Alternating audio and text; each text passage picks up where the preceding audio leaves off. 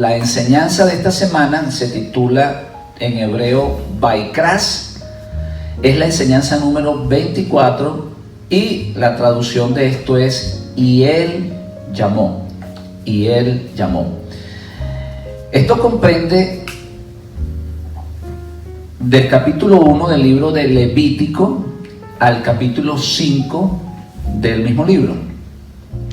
El título de esta parashá se deriva del llamado que Dios le hace a Moisés para que entre en el tabernáculo una vez que fue construido.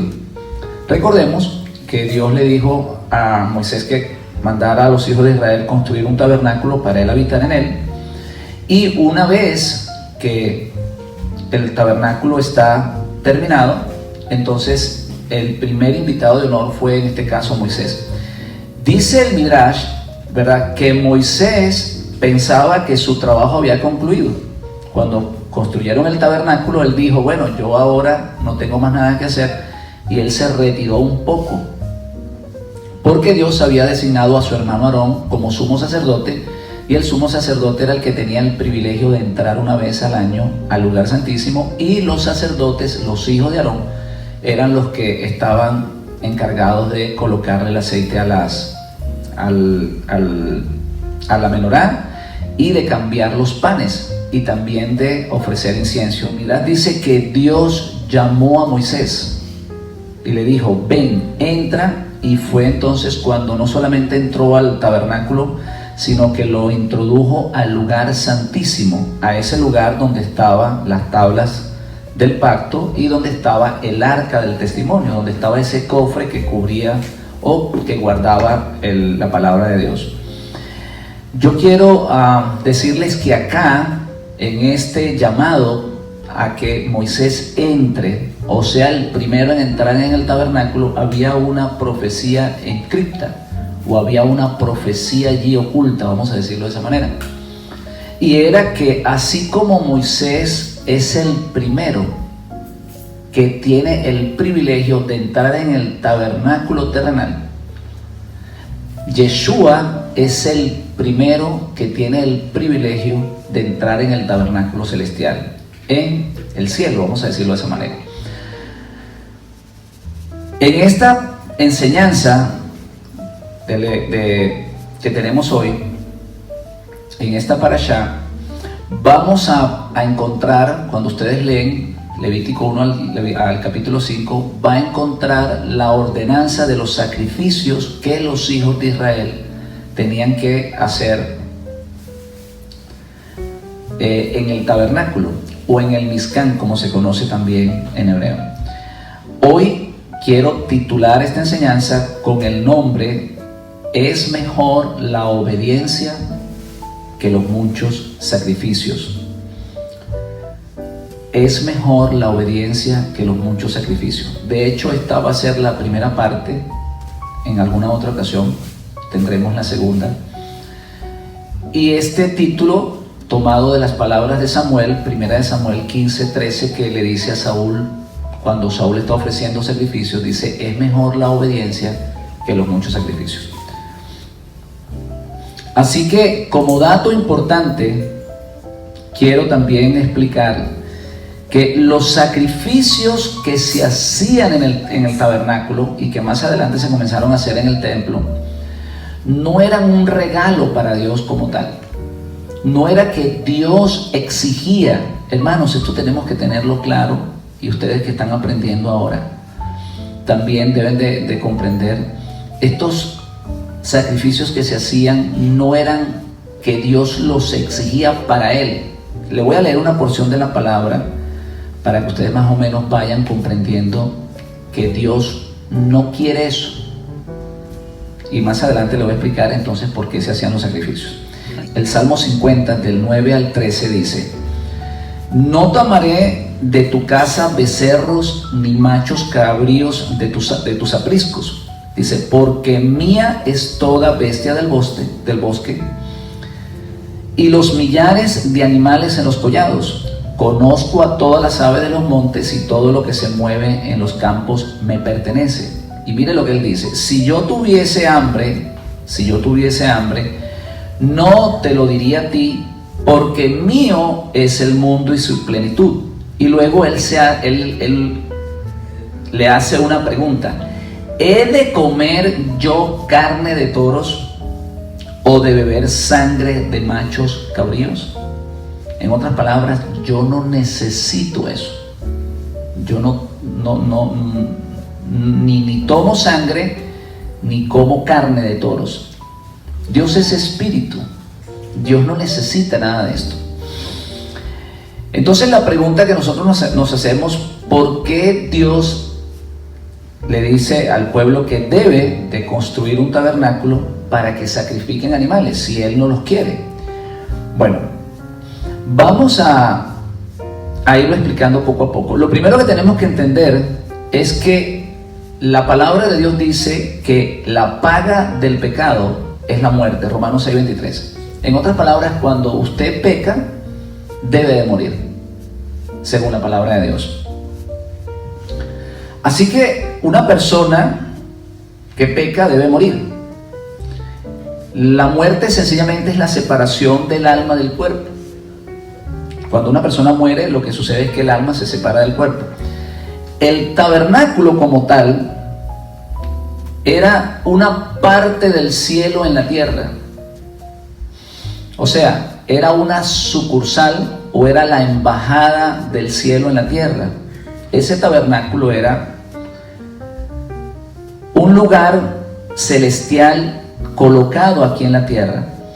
En otras palabras, allí en ese tabernáculo era el único lugar en la tierra donde usted podía entrar sin un cuerpo o sin el cuerpo animal, vamos a decirlo de esa manera.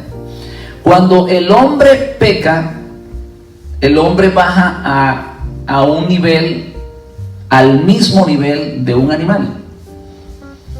Lo que diferencia al hombre de los animales es que el hombre está hecho a la imagen y semejanza de Dios, y por ende Dios le exige al hombre el no pecar. Cuando nosotros pecamos, desafortunadamente bajamos al mismo nivel de un animal. Una vez que el hombre peca, el destino de ese hombre es separar su alma del cuerpo. Así que el hombre traía un animal que iba a sustituir ese cuerpo. En vez de él morir en el altar, en vez de él morir, o en vez de colocar su cuerpo en el altar o morir físicamente, entonces el hombre traía un animalito. Ese animalito, él tenía que colocar las manos sobre ese animal, y él miraba con sus ojos como el sacerdote degollaba el animal, y luego era descuartizado el animal y puesto en el altar, y todo ese proceso él lo estaba mirando con sus ojos, y hasta que el animal no era consumido en el altar, entonces él no se podía ir. ¿Qué era lo que estaba tratando de hacer Dios con esto? Bueno, Dios estaba tratando de que él tomara conciencia que cuando él pecaba merecía morir, pero en la misericordia de Dios, entonces Dios le permitía traer un animal que iba a ser su sustituto. De esta manera, una vez que la persona entraba en el tabernáculo y tomaba conciencia de que había cometido algo grave que merecía la muerte, eso le producía a él un arrepentimiento. Decía: hombre, no debo de continuar haciendo esto. De una vez le pedía el perdón a Dios. Dice: perdóname, Dios, por lo que hice. Y de esta forma Dios le entregaba dentro del tabernáculo una nueva alma a ese cuerpo que él tenía, que no había sido destruido, porque el cuerpo que había sido destruido era el cuerpo del animal. Esto es más o menos para que ustedes vayan entendiendo el proceso o la finalidad básicamente del tabernáculo. En otras palabras, no era un regalo para Dios, era un lugar donde Dios permitía que tú trajeras un sustituto para que tu alma no muriera, o para que tu alma no se separara del cuerpo, vamos a explicarlo de esa manera, y tomaras conciencia de que el pecado te lleva a la muerte. Una vez que tú mirabas el animal allí sacrificado, tú tomabas conciencia y decías, hombre, yo debería de estar allí, y Dios en su gracia y su misericordia me permite que sea otro ser, en este caso el animal que él traía. Así que ese básicamente era la finalidad de el tabernáculo. De esa manera, una vez que la persona ofrecía el animal, tomaba conciencia de pecado, se arrepentía, entonces podía seguir gozando, vamos a decirlo de esa manera, de la presencia divina del Eterno en el tabernáculo. Porque una vez que él se arrepentía de sus pecados, una vez que él ofrecía el animal y se iba del tabernáculo, perdonado, él se iba gozoso. Él se iba gozoso en su alma de que Dios había perdonado sus pecados y él había recibido de nuevo el gozo de la salvación. El ser humano vive amargado, el ser humano vive sin gozo en el alma. Algunas veces está alegre, pero vive sin gozo porque en el interior de él, en su alma, él sabe perfectamente que está el pecado y que ese pecado lo aleja de la presencia de Dios, lo separa de la presencia de Dios. Entonces aquí vemos que el tabernáculo era precisamente para eso, para que el hombre volviera a acercarse a Dios. Por eso es que lo mejor que el hombre puede hacer, hermanos, es rendir cuentas con Dios, humillarse en la presencia del Eterno, pedirle perdón, porque mientras no lo hace, su alma está desconectada de Dios y no tiene paz. Lo único que regresa la paz al alma de la persona es que el hombre se arrepienta, como hacía el hombre, como hacía el pecador cuando traía el animal. Miraba todo el proceso, entendía que él iba a morir si seguía pecando. Entonces eso le producía un arrepentimiento. Decía, hombre, yo no puedo continuar pecando, porque si yo continúo pecando, entonces el fin o la finalidad de mi vida va a ser esa, un altar allí, y mi cuerpo va a ser destruido, y yo no quiero que eso suceda. Entonces allí es donde viene la necesidad de pedirle perdón a Dios, de pedirle misericordia al Eterno, y entonces Dios le ofrece el perdón. Y una vez que Dios te ofrece el perdón, entonces ya ese vacío que está en tu alma regresa, es lleno por la presencia de Dios. Porque como tú no tienes pecado en tu corazón, porque ya el pecado ha salido de tu cuerpo, entonces Dios puede llenar tu corazón con su presencia. Puedes, en otras palabras, conectarte de nuevo con el Eterno, puedes conectarte de nuevo con Dios. Entonces, dejando esto claro, vamos entonces a hacernos una pregunta ahora. Si Dios aceptaba a animales como un sustituto del pecador, ¿por qué nosotros miramos en lo que se conoce como Nuevo Testamento el sacrificio del Mesías para quitar el pecado del mundo? Esa pregunta tiene que estar en nuestra mente. Si Dios aceptaba animales, entonces ¿por qué ahora la vida del Mesías es requerida para el perdón de nuestros pecados? Bien, le voy a explicar un poquito lo que sucede acá. La respuesta que nos da el judaísmo mesiánico, o la respuesta que nos da la palabra de Dios a través de los apóstoles, es que esos animales o el sacrificio de esos animales servían solamente para el perdón de aquellos pecados que no eran pecados de muerte, que eran considerados pecados no de muerte. Para los pecados de muerte realmente no existía sacrificio. La palabra es clara: cuando alguien cometía un pecado de muerte, debía de ser apedreado, debería de ser cortado del pueblo. En otras palabras, su alma tenía que ser separada del pueblo de Dios.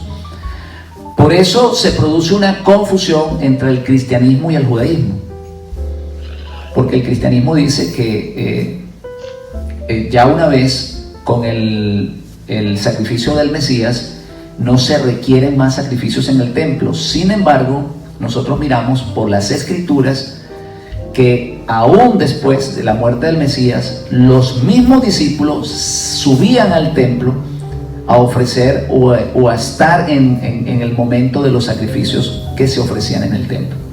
Y es que esos sacrificios que se ofrecían en el templo no eran para quitar el pecado de muerte. Habían otras cosas que la persona realizaba, o sea, eran sacrificios que se hacían para otro tipo de pecado, pero no necesariamente los pecados de muerte. Habían pecados, digamos, que se cometían por inocencia. Habían ciertos pecados que Dios consideraba que no eran pecados de muertes. Entonces, para esos pecados sí había la oportunidad de un sacrificio. También tenemos que entender que habían ciertos sacrificios que eran, digamos, considerados sacrificios de paz. En otras palabras, no eran sacrificios para el perdón de los pecados de muerte. Lo único que lograba que Dios perdonara a una persona cuando cometía un pecado de muerte era sencillamente que la persona se arrepintiera genuinamente. Cuando el pueblo de Israel pecó con el becerro de oro, Moisés y Aarón, Moisés comienza a intervenir por el pueblo de Israel, y el pueblo también comienza a arrepentirse de lo que había hecho. Y ellos allí no ofrecieron ningún sacrificio, sino que se arrepintieron del pecado. Ellos merecían morir porque habían recibido los mandamientos, y 40 días más tarde se habían fabricado un becerro de oro sustituyendo la imagen o colocando a Dios con la imagen de un animal, y eso era pecado de muerte. Sin embargo, ellos se arrepienten, no ofrecen sacrificios, sino que se arrepienten de todo corazón, y por eso Dios vuelve a hacer el pacto con ellos, o le regresa el pacto. El caso más nombrado en la Biblia, y ustedes cuando lean la historia del rey David se van a dar cuenta que este es uno de los casos más nombrados en la palabra de Dios.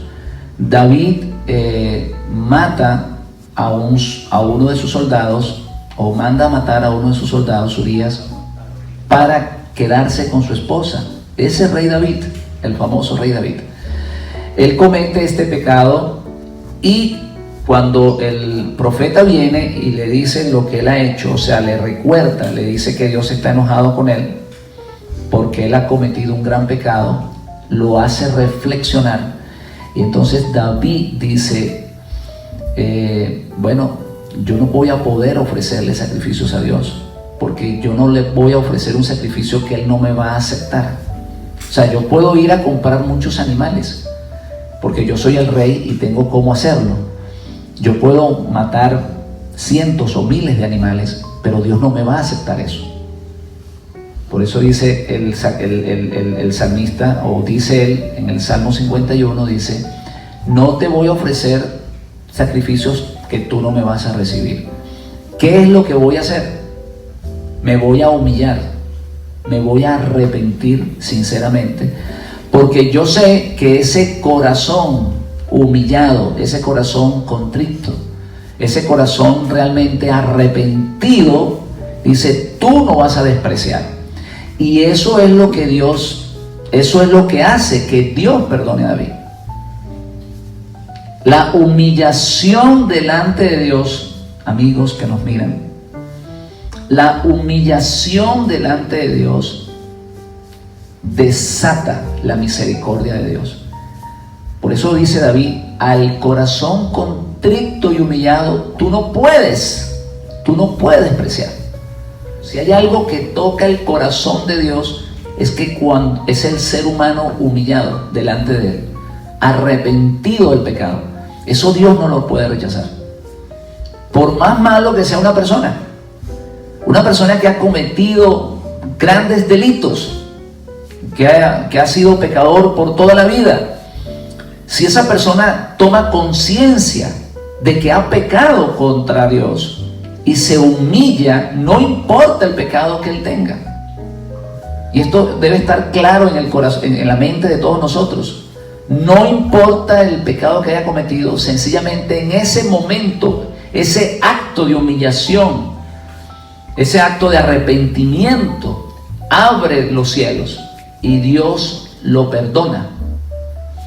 Con ese perdón usted obtiene la comunión de nuevo con Dios, que es lo que estamos explicando en el caso del tabernáculo. El hombre o la persona colocaba el animal allí adentro o presentaba el animal era degollado en su lugar, y esa persona arrepentida del pecado entonces volvía a tener comunión entre el Dios santo y puro, que no puede estar en el pecado, que estaba allí en el tabernáculo, y el israelita que estaba fuera del campamento. Por eso es que en el tabernáculo vamos a ver que hay una cerca que está alrededor del tabernáculo. Esa cerca estaba indicando claramente que Dios estaba con ellos, pero a su vez había, ¿qué cosa? Una separación. Esa cerca de alguna manera estaba dándole a entender al pueblo que aunque yo estoy con ustedes, ustedes no están dentro todavía aquí en el tabernáculo. Y si no están adentro es porque hay algo. Hay una separación. Es así como cuando usted tiene una cerca en su casa. Esa cerca limita al vecino, el vecino no puede entrar, o la persona que está fuera de la casa tampoco puede entrar. De igual manera, esa cerca que estaba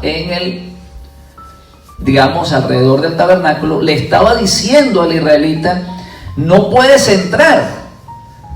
Sin embargo, había una puerta, ¿verdad? Y en esa puerta estaban los sacerdotes, y por esa puerta sí podías entrar, pero no sin traer un animal, diciéndole al hombre: tú eres pecador, y si quieres entrar aquí al lugar donde yo estoy, entonces tú debes de ser perdonado, y por ende necesitaba traer el animal. Eso era básicamente lo que le estaba diciendo Dios con la idea de tener ese tabernáculo allí. Yo estoy aquí en el tabernáculo, tú estás afuera, hay una cerca, tú quieres entrar a donde yo estoy, sí puedes entrar, pero no de la manera como estás, con pecado. Necesitas traer un sacrificio para que entonces puedas estar en mi presencia. Una vez perdonado, entonces el hombre recibía de vuelta la presencia de Dios en su alma.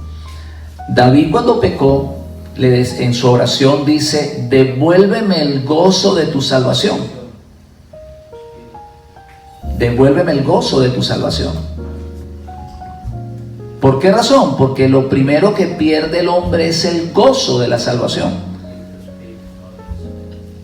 Volvemos a repetir, volvemos a decir lo que le trato de explicar a las personas. La persona no tiene gozo porque dentro de él hay pecado. Cuando él le pide perdón a Dios, cuando él le pide perdón de corazón a Dios, entonces él siente que allá adentro se libera algo, se le va un peso que está allá dentro del alma. Es el peso del pecado. Cuando usted se humilla delante de la presencia de Dios, entonces se va ese peso. Dios lo perdona y se va un peso. Y allí usted lo que está recibiendo es la conexión de nuevo con el Dios creador, con su Padre celestial. Y entonces vuelve otra vez la alegría, el gozo. Las personas que no tienen a Dios en su corazón, las personas se ríen, pero no tienen gozo. El que tiene a Dios en su corazón se goza hasta en las tribulaciones. El verdadero hijo de Dios, aún en las tribulaciones, se goza, porque tiene una esperanza, siente la presencia de Dios. Nosotros nos sentimos tristes es cuando hemos cometido una falta, porque sabemos que la presencia de Dios no está en nosotros, y por eso corremos y nos humillamos inmediatamente delante de la presencia del Eterno, para que regrese ese gozo, porque ya no podemos vivir sin ese gozo.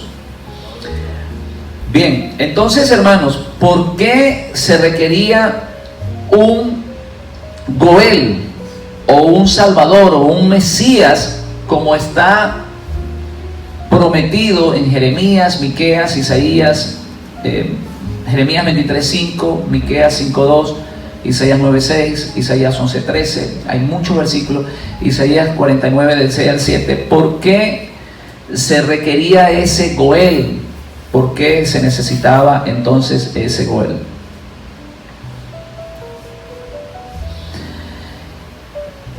Si teníamos los animales, ¿por qué se requería ese Goel?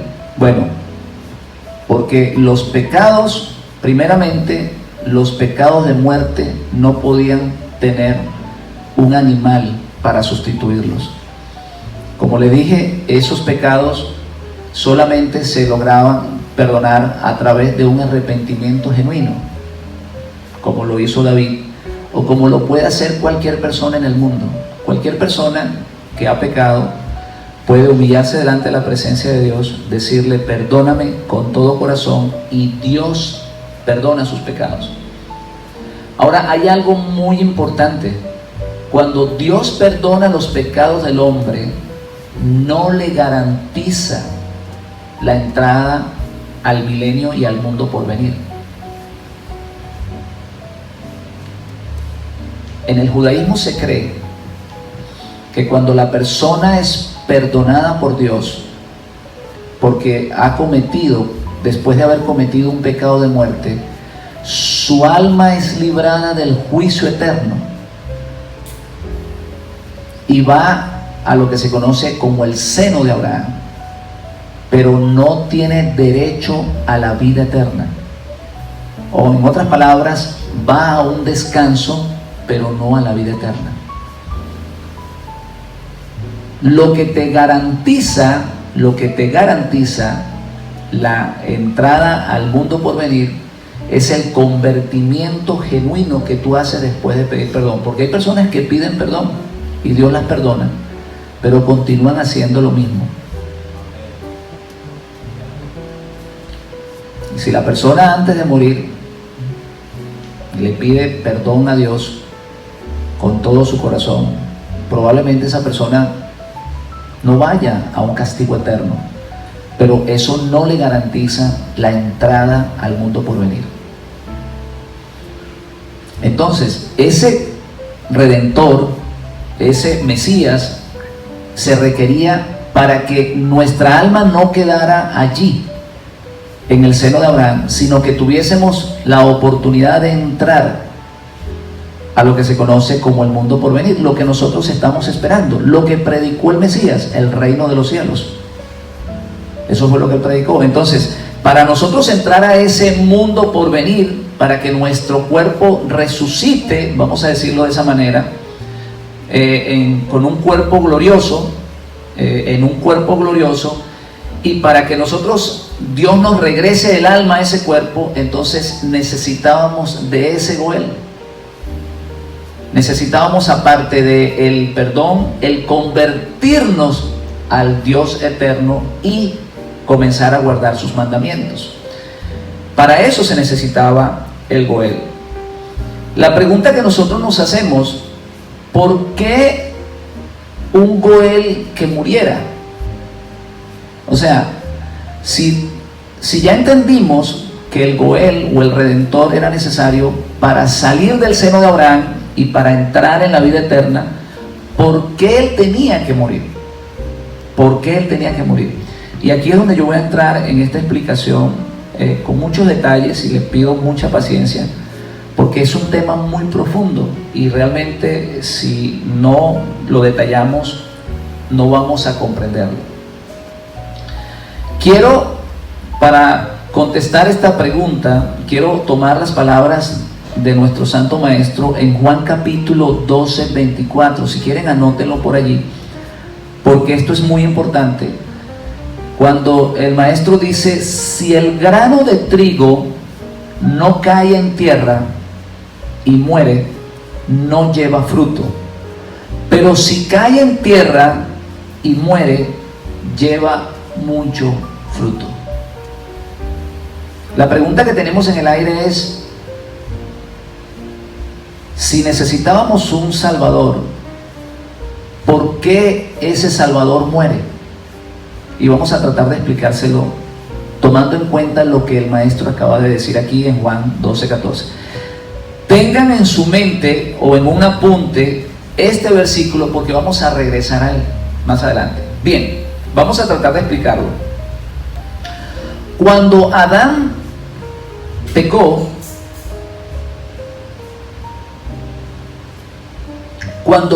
Adán, toda su descendencia cayó en pecado.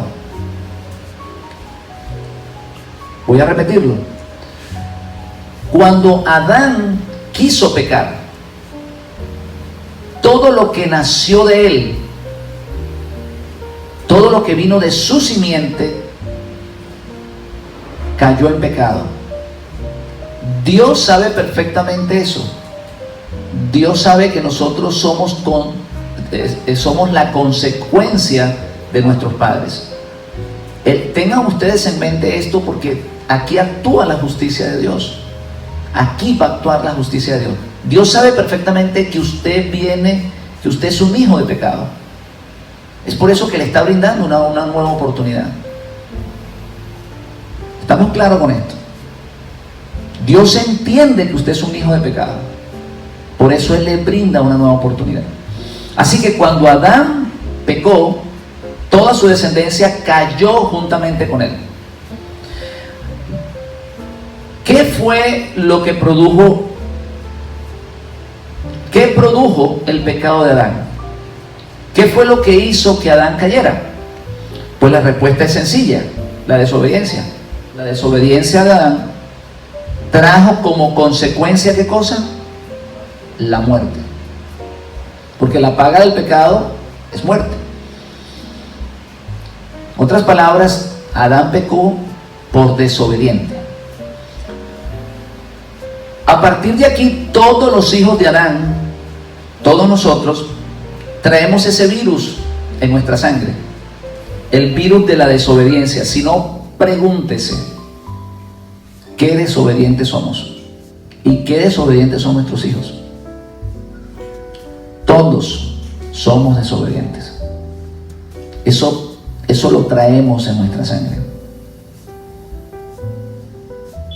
Usted dirá: no, yo soy muy obediente. Usted cree que es obediente. Si usted fuera obediente, usted obedeciera los mandamientos de Dios. Así que a partir del pecado de Adán, todos nosotros venimos con ese virus, somos desobedientes. Así que a partir de allí, a partir que Adán peca y que todo el mundo comienza a ser desobediente, Dios comienza a buscar a alguien que le obedezca para tratar con esa persona. En toda la humanidad, Dios está buscando sencillamente a alguien que le obedezca. Por eso vamos a ver que en la Biblia, a pesar de los millones de personas que habían en el tiempo del diluvio, Dios escogió solamente a uno. Ese uno le obedeció. Porque Dios le dijo: construyete un arca. ¿Y qué dice la palabra? Cuando Dios le dice a Noé: construyete un arca, y la palabra de Dios dice en Génesis 6:22, y hizo así Noé, hizo conforme a todo lo que Dios le mandó. En otras palabras, ¿qué fue lo que hizo? Obedeció. Si las personas que estaban allí mirando que Noé estaba construyendo un arca se hubiesen preguntado ¿para qué le estaba construyendo?, Dios le hubiese dado la respuesta. Pero eran todos desobedientes. Estaban haciendo lo que les daba la gana y no querían vivir para Dios. Así que Dios consiguió a uno, y a ese uno Dios lo salva a través del arca. Y no solamente que se salva a él, sino que salva a su familia, salva a su esposa, salva a sus hijos, las esposas de sus hijos, juntamente con él salva a los animales. Más adelante vemos que Dios encuentra a Abraham. Génesis capítulo 12, del 1 al 4, vamos a leer lo que dice así. Pero Yahweh había dicho a Abraham, o sea, Dios le habló a Abraham y le dijo: vete de tu tierra y de tu parentela y de la casa de tu padre a la tierra que te mostraré. Haré de ti una nación grande, y haré de ti una nación grande, y te bendeciré y engrandeceré tu nombre, y serás bendición. Bendeciré a los que te bendijeren, y a los que te maldijeren maldeciré, y serán benditas en ti todas las familias de la tierra. Y mire lo que dice el verso 4. Y se fue Abraham como el Eterno le dijo. En otras palabras, obedeció lo que Dios le dijo.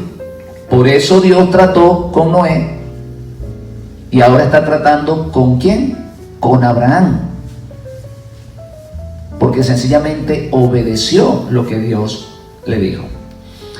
Esto que está aquí, esta obediencia que encontramos en Abraham, nos damos cuenta que también sucede con su hijo Isaac, nos damos cuenta que también sucede con Jacob, nos damos cuenta que sucede con José, nos damos cuenta que sucede con Moisés, y nos damos cuenta que cuando Moisés recibe la ley, Dios le dice: estos son los estatutos que yo les daré para que sean mi pueblo y yo su Dios.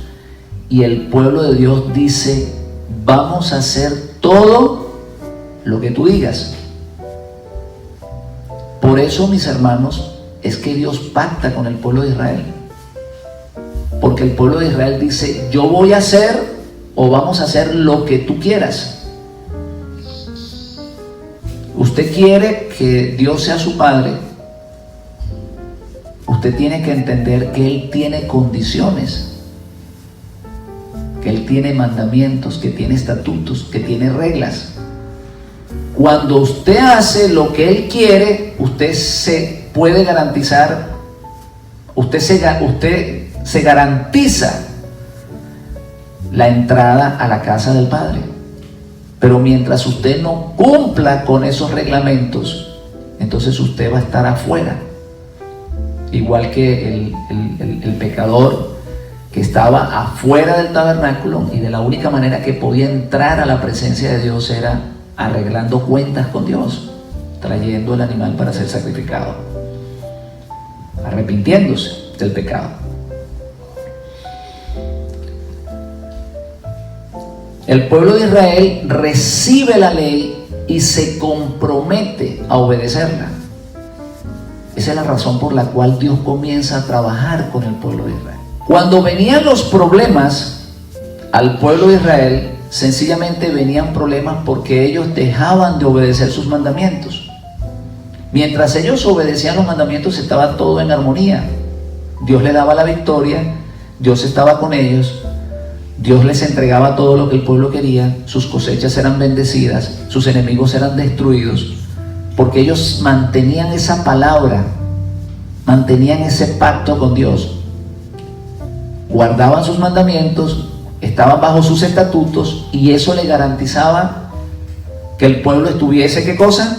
Protegido por la mano de Dios. Lo que el salmista dice en el Salmo 91, el que habita al abrigo del Altísimo, dice, morará bajo la sombra del Omnipotente. Allí, cuando tú guardas los mandamientos, es que se cumple ese versículo. Si tú habitas bajo esa sombra, si tú estás cubierto por ese pacto, entonces sí vas a estar guardado por la mano de Dios. Si te sales del pacto, entonces no vas a tener la protección. Mientras ellos obedecían, Dios estaba allí cumplía con su palabra, les daba la victoria, pero cuando desobedecían, cuando rompían los mandamientos, entonces venía la desgracia. Eso lo vemos en todo el antiguo pacto, que cada vez que el pueblo de Israel pecaba y se alejaba de las ordenanzas de Dios, entonces venía destrucción. De allí es que Dios necesita mandarle salvadores, en el caso de Sansón o Gedeón, y más adelante le manda a David, y luego entonces envía profetas, y más adelante inclusive utiliza reyes de otras naciones para liberarlos. Cuando el pueblo pecaba, caían en desgracia, eran perseguidos por sus enemigos, pero cuando se humillaban y se comprometían con Dios y clamaban de nuevo en la misericordia de Dios, entonces Dios les mandaba un Salvador y los rescataba de sus enemigos. Así que es la desobediencia lo que te separa de Dios. ¿Por qué cuando el Mesías viene a su pueblo, por qué cuando Él comienza a predicar y el reino de los cielos, por qué Él no lo establece? ¿Por qué no lo puede establecer? Porque eso es una pregunta que tenemos que hacernos. El trabajo del Mesías era establecer el reino de los cielos, o sea, establecerse en Israel como rey. Pero ¿por qué Él no lo puede hacer? Sencillamente porque el pueblo no obedeció al llamado. Lo primero que le dijo, lo primero que decía, o la predicación de Juan el Bautista y de él mismo era: arrepiéntanse porque el reino de los cielos se ha acercado. O sea, si obedeces el llamado, entonces yo voy a establecer el reino de los cielos. Como desobedecieron, entonces Él no lo pudo hacer. Y esto es bien interesante que lo sepamos. Él viene a establecer el reino. Por eso el mensaje que Él trae es: arrepiéntete. ¿Arrepiéntete para qué? Para que yo pueda establecer el reino. Entonces había una desobediencia por parte de todo el pueblo, y esa es la razón por la cual Él no puede establecer el milenio. ¿Qué trajo como consecuencia de que el pueblo no obedeció? ¿Qué fue lo que trajo como consecuencia que el pueblo no obedeció? La muerte del Mesías. Lo entregaron. Como el pueblo no obedeció el llamado del arrepentimiento y regresar al Dios de Israel, entonces, ¿qué pasó? Él fue entregado como un asesino, y allí es donde Él muere. Allí es donde Él tiene que ser muerto. Aquí nos nace otra pregunta. Mire la consecuencia de la desobediencia. La desobediencia del pueblo de Israel trajo ¿qué cosa? Como consecuencia que el Mesías no estableciera el reino y por tanto fuese entregado en manos de los romanos. Estamos hablando de la desobediencia. El título de esta enseñanza es mejor la obediencia que los muchos sacrificios. Estamos entendiendo por qué el Mesías fue entregado: por la desobediencia de su pueblo. Ahora, aquí nos nace una pregunta. Aquí nos nace una pregunta porque la Biblia sí dice que el Mesías comienza a clamar. Hebreos 5:7, mire lo que dice la palabra de Dios. Y Mashiach, en los días de su carne, ofreciendo ruegos y súplicas con gran clamor y lágrimas al que lo podía librar de la muerte, fue oído a causa de su temor reverente, y en ese momento Dios envía ángeles para que le fortalezcan, pero no para que lo libre de la muerte.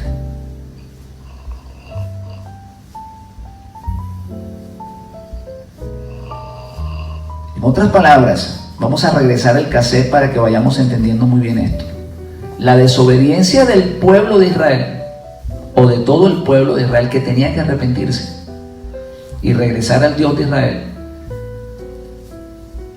trajo como consecuencia de que el Mesías no pudiera establecer el reino, y no solamente eso, sino que fuese entregado en manos de los romanos.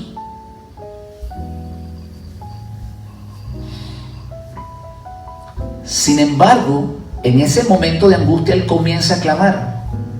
Recuerden el caso en el Getsemaní, cuando él está orando y él está pidiendo al Padre que pase esa copa de él. En otras palabras, Padre, no permitas que me maten. Eso es lo que estaba diciendo él. Líbrame de la muerte. Y el apóstol Pablo lo explica aquí en Hebreos, que él, ¿qué cosa? Estaba suplicando, ¿verdad? Con clamor. Estaba suplicando con gran clamor y lágrimas. Estaba llorando, mis hermanos, pidiéndole al Padre que lo librara de la muerte. Sin embargo, Dios no lo libra de la muerte. Y usted se preguntará, hombre, ¿por qué Dios no lo libra de la muerte? Es su Hijo amado, está clamando, es justo. Dios no lo libra de la muerte. Al punto que en Mateo 27:46 dice que alrededor de la hora novena, Yeshua exclamó a gran voz diciendo, Elí, Elí, lema sabatani, Dios mío, ¿por qué me has abandonado?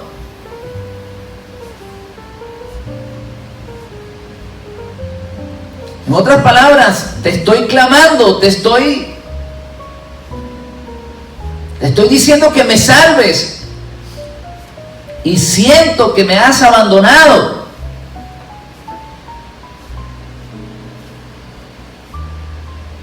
Hermanos, esto es profundo. Esto hay que detallarlo. Porque él está clamando a Dios que lo salve. Y no solamente que él está clamando a Dios que lo salve, sino que está diciendo, está confesando o preguntándole a Dios ¿por qué? Porque él siente que la presencia, que él ha sido abandonado. ¿Por qué Dios lo ha dejado allí morir en un madero?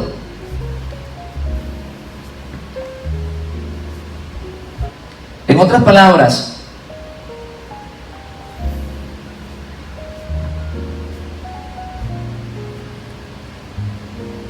¿Dios no lo quiso librar? Pudiéramos decir que no lo quiso librar de la muerte.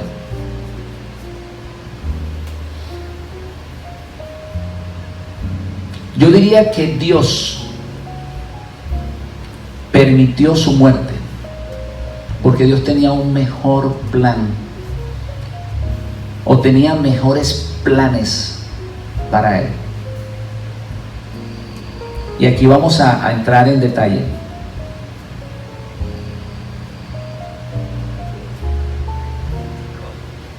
Aleluya. Él está clamando y Dios deja que él muera, permite que él muera. El hecho que el Mesías no usara el poder que él tenía para ser librado de la muerte, sino que rindiera su voluntad en obediencia total a la voluntad del Padre, es precisamente lo que le otorga el título de Mashiach. Y esto es lo que dice Filipenses 2, del 5 al 11. Él está clamando y él dice, él puede decirle, Dios mío, yo soy el Mashiach, yo no puedo morir. Él lo puede decir. ¿Cómo voy a morir si yo vengo a establecer el reino de los cielos? Si tú me has ungido para establecer el reino de los cielos. En otras palabras, él tiene la autoridad para vivir. ¿Estamos comprendiendo esto? Él tiene todo el derecho de vivir, porque él ha sido ungido para establecer 1000 años de paz sobre la tierra.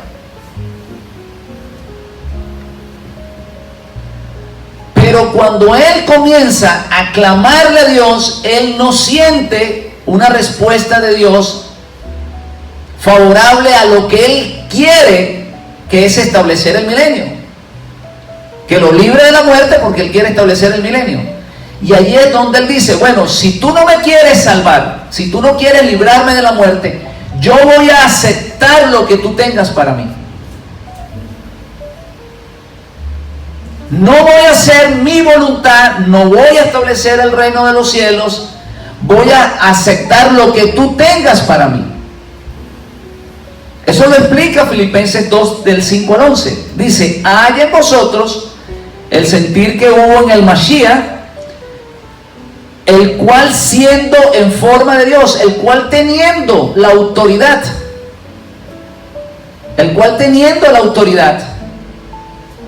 recuerden las palabras que él le dice a Pilato: si yo quiero, ahora mismo clamo y una legión de ángeles vienen y me salvan. Pero él comienza a aceptar la voluntad del Padre, por eso no lo hace. Dice: no estimó el ser igual a Dios como cosa a que aferrarse, sino que se despojó a sí mismo, tomando forma de siervo, hecho semejante a los hombres, estando en la condición de hombre, se humilló a sí mismo. Y miren en la palabra clave que hay aquí: haciéndose obediente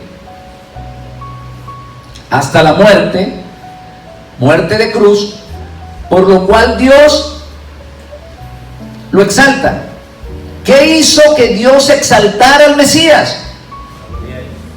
La obediencia. Le da, ¿qué cosa? Un nombre que está sobre todo nombre, para que en el nombre de Yeshua se doble toda rodilla de los que están en los cielos, en la tierra, debajo de la tierra, y toda lengua confiese que Yeshua es el Mashiach, el Adoni, para la gloria de Dios Padre.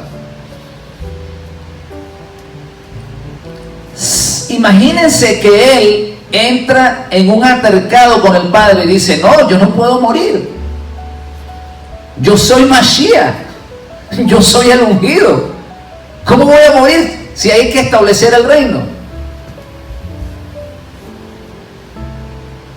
Pero como él renuncia a eso, como él renuncia a su título de Mesías, entonces Dios lo declara Mashiach.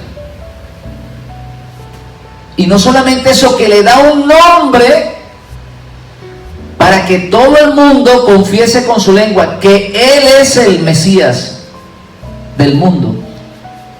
Y en los cielos, en la tierra y aún debajo de la tierra, toda lengua tiene que confesarlo. ¿Y saben por qué logró esto él? Por la obediencia, haciéndose obediente. Seguimos.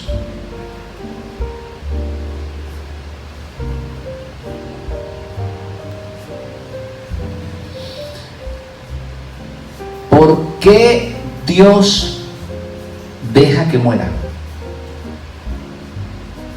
Vamos a ir comenzando a quitarnos esas nubes que tenemos en la mente de un Dios malo que deja morir a su hijo, o que sacrifica a su hijo, al único hijo justo, para salvar al delincuente. Mis hermanos, esto es mucho más allá de eso. Esto es más grande que eso, y esto no tiene nada que ver que Dios prefiera al delincuente que al bueno. Eso no es así. Vamos a tratar de explicarlo entonces.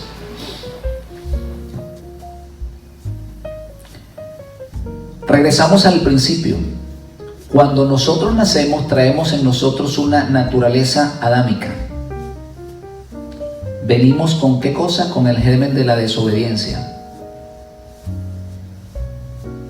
Por tanto, morimos. La Biblia dice en 1 Corintios 15:22, en Adán todos mueren.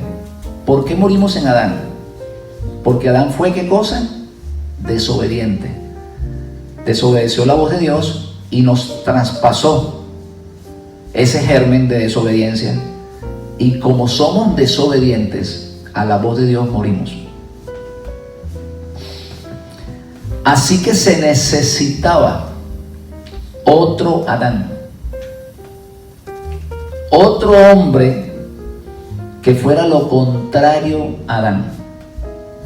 Y ese hombre es nada más y nada menos que Yeshua. Acabamos de leerlo. Él fue obediente hasta la muerte. Desde pequeño decidió, se propuso en su corazón ser obediente. Y por esa razón, porque él propuso en su corazón ser obediente, entonces Dios lo unge y le da el poder para que se mantenga en santidad para él. Esa obediencia que Dios estaba buscando, que no encontró en Adán y que no encontró en mucha gente, esa obediencia total la encontró en el Mesías. En otras palabras, en el Mesías existía un espíritu de obediencia. Y eso es lo que nosotros acabamos de leer en Filipenses 2, del 5 al 11.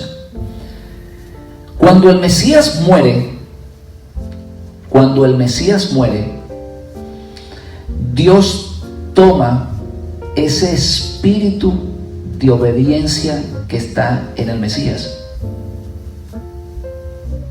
Si Él no muere, Él no puede entregar su alma a Dios. Padre, en tus manos encomiendo mi espíritu.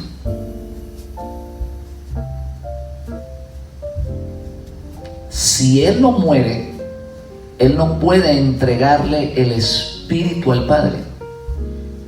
Porque mientras el espíritu está en el cuerpo, ¿qué sucede? Está allí. La Biblia dice, cuando uno muere, el cuerpo se separa del espíritu. El espíritu va ¿a dónde? A Dios que lo dio. ¿Y el cuerpo a dónde va? Va a la tierra, al polvo, de donde fue tomado. Si el Mesías no muere, Él se queda con el espíritu.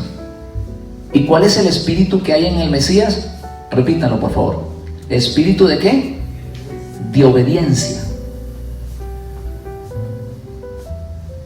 Entonces, Él está clamando, Padre, líbrame de la muerte, pero Dios tiene otros planes para Él. Y unos planes maravillosos y hermosos.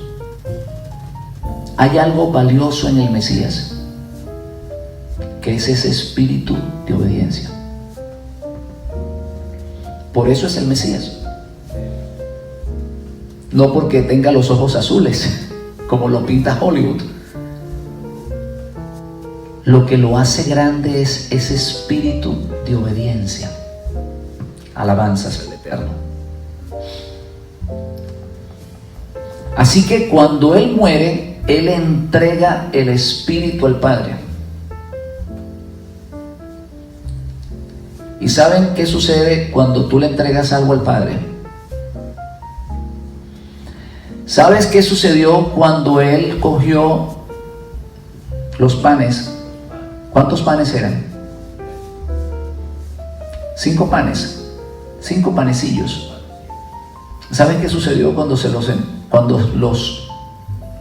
ofreció al Eterno, al Padre? Que se multiplicaron y sació el hambre de ¿cuántas personas? Más de 10,000 personas. Y sobraron cestas de panes.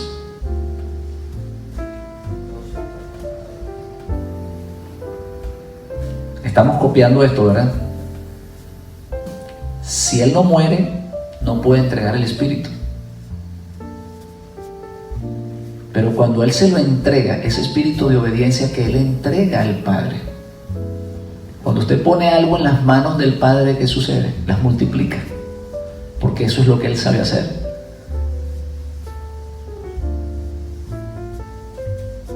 Esto tiene que ver con lo que nosotros explicamos la otra vez. Ese ofrecimiento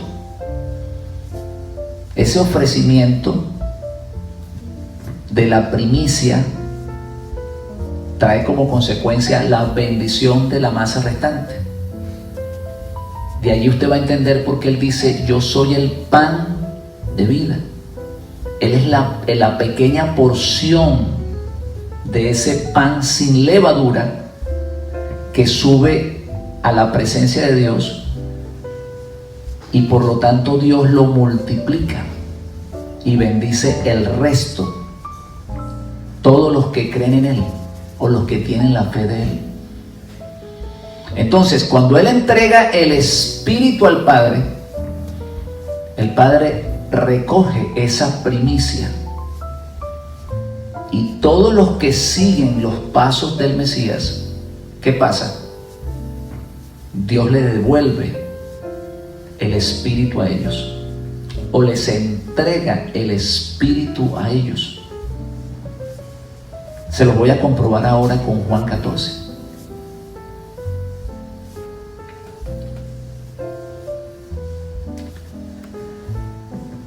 Juan 14 del 15 al 24. El Mesías le dice: ¿saben una cosa? Yo me tengo que ir. Él está comprendiendo que Él tiene que partir. Por eso en Juan,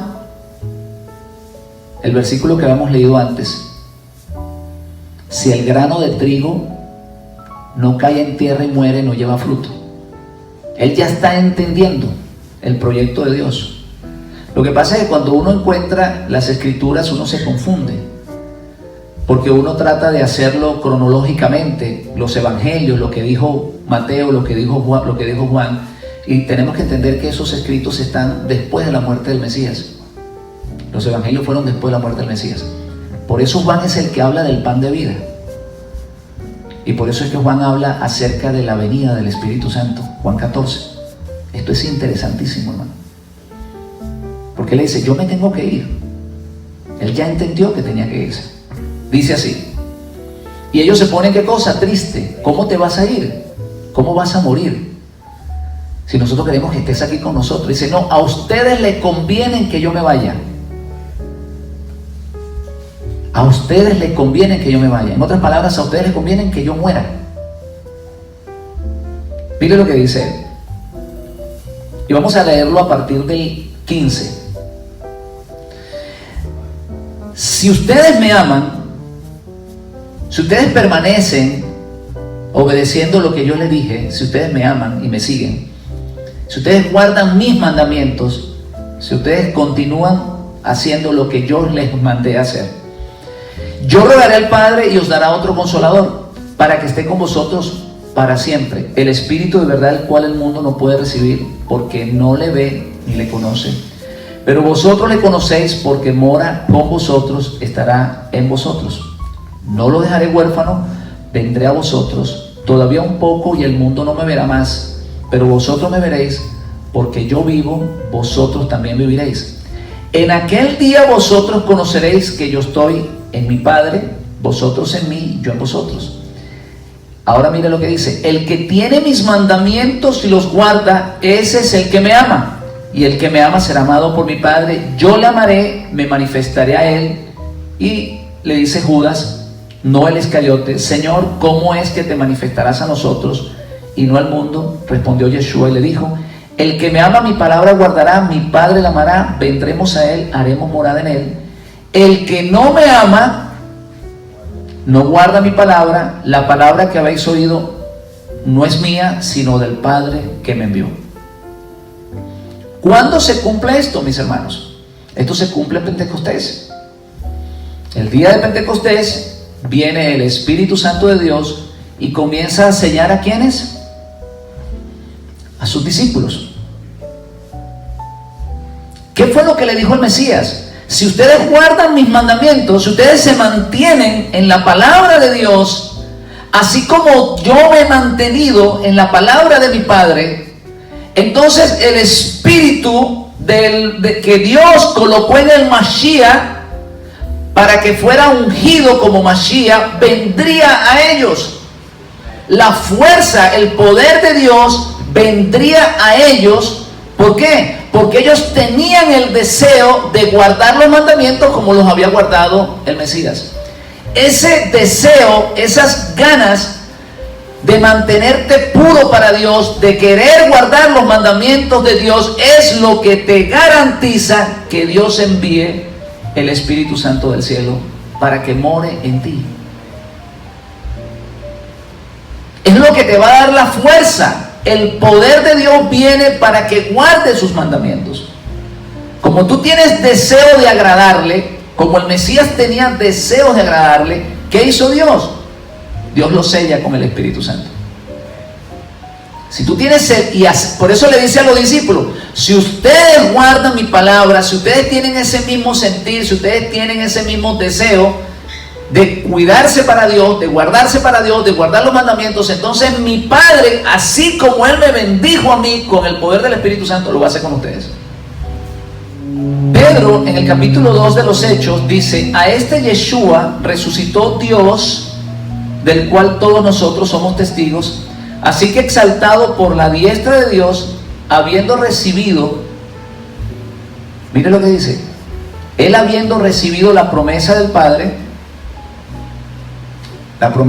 habiendo recibido del Padre la promesa del Espíritu Santo, ha derramado esto que vosotros ves y oís. ¿Por qué lo derramó sobre los discípulos? Porque fueron obedientes. Él les dijo, no se vayan de Jerusalén, quédense allí hasta que venga el Consolador, hasta que venga la presencia de Dios a sus vidas. Ellos querían agradarle a Dios, querían guardar los mandamientos del Padre, querían tener ese mismo espíritu que estaba en el Mesías. ¿Qué es lo que querían tener ellos? Espíritu de obediencia.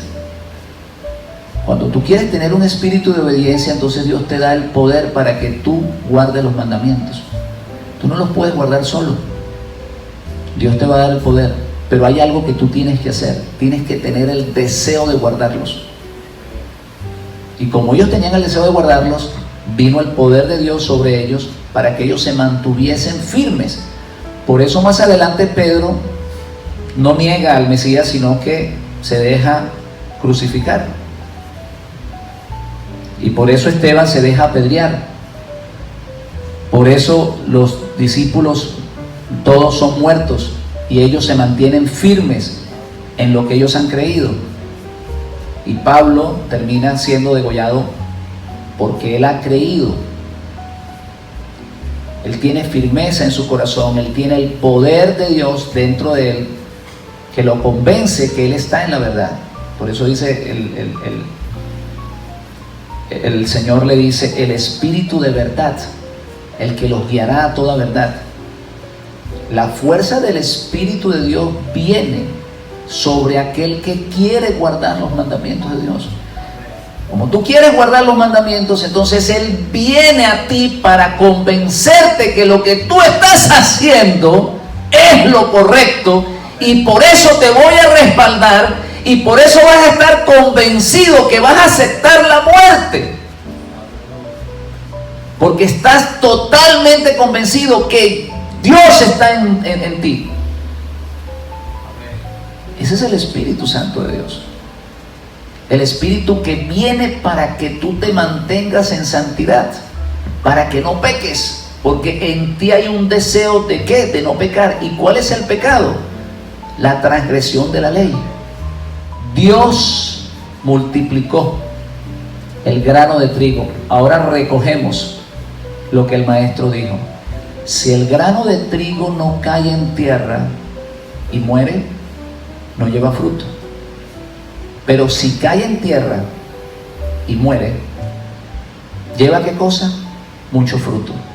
Si yo no muero, ese espíritu de obediencia que hay en mí no puede estar en ustedes.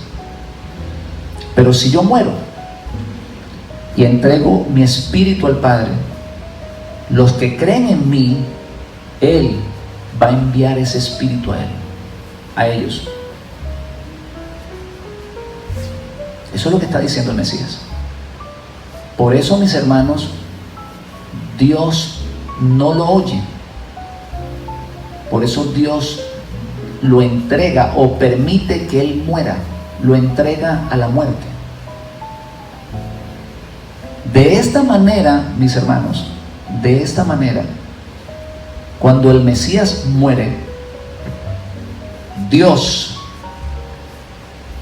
a todos aquellos que crean que Él fue obediente, que guardó los mandamientos y que por esa razón Dios lo resucitó entre los muertos. A nosotros que creemos en eso, los que tenemos la fe de Yeshua, Dios también nos va a resucitar. ¿Y saben para qué nos va a resucitar?